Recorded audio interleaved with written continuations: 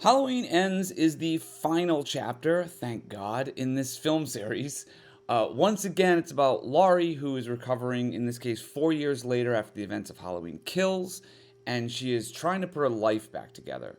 In the meantime, there's a local boy named Corey who accidentally kills a kid in a town 4 years ago and is constantly now being harassed by the local marching band Tough Kids.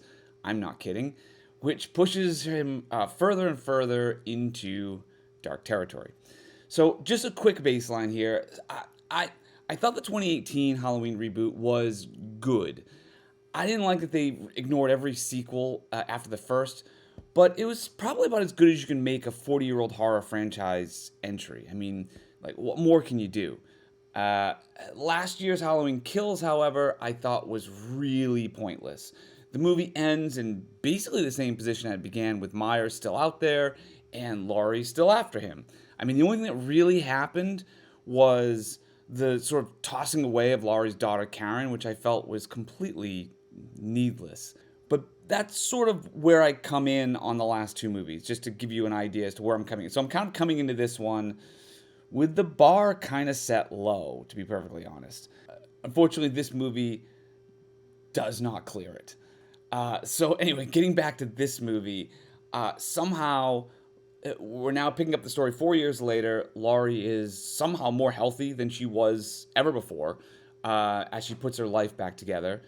And it all just seems like a bit of a disservice. I mean, given the fact that we've removed all the sequels after the first one, it just doesn't feel as earned, the fact that she's trying to put her life back together. So, I mean, in this story, in the timeline of this story, she had a traumatic experience when she was 18. She's haunted by it for 40 years, during which time she alienates everyone around her.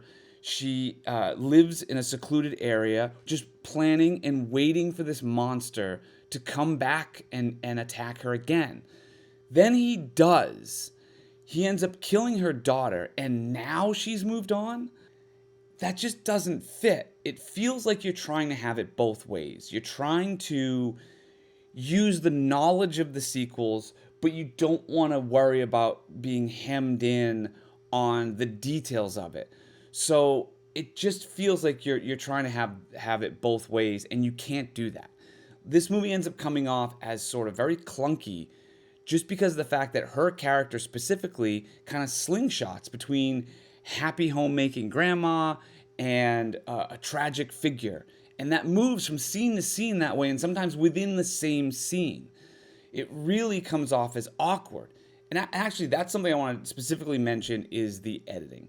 Now, I really wonder if this movie got chopped up in the editing room, because the way the scenes come in and out of each other and the crazy way people interact with each other in given scenes is wildly all over the place. And as a result, it is some of the worst dialogue I have heard in a movie in recent history. I mean, conversations jump forward and backward. People say weird things that don't get followed up on.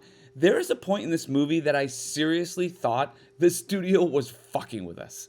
I mean, sometimes the dialogue feels like one of those perfume ads where like characters are saying disjointed things that don't connect to anything. So I don't know what was going on with the editing of this movie. I don't know if it was studio interference or if this was actually how it was written, but it really feels bananas.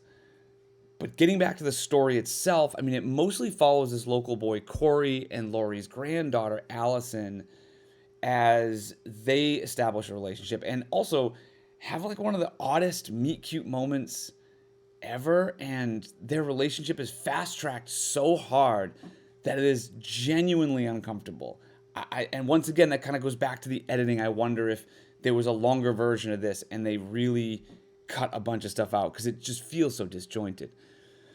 Most people that you encounter either come in three categories, right? It's either stupid, shallow, or hateful. That's kind of it. And speaking of the people in the town, like, why can't anybody leave this town? In the beginning of this movie, there's a local rich couple that lose their kid. And 4 years later, their giant house is now empty, but yet both of them still live separately in this town, hanging out at a local bar. I mean, the mom has a scene in the beginning where she confronts Corey, who killed her son, and she goes on and on about how she has to walk around the town and is reminded about it every day. Like, leave, lady. Why are you still here? And where do you live now? Why is your house empty but not sold? I mean, I think the real horror movie that should have been made is under the surface here in finding out why is it that nobody can apparently leave this town. Apparently, this town is cursed and nobody is allowed to leave. I think that is probably a better film.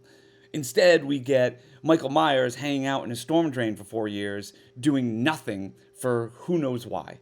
Why did no one look in this drain?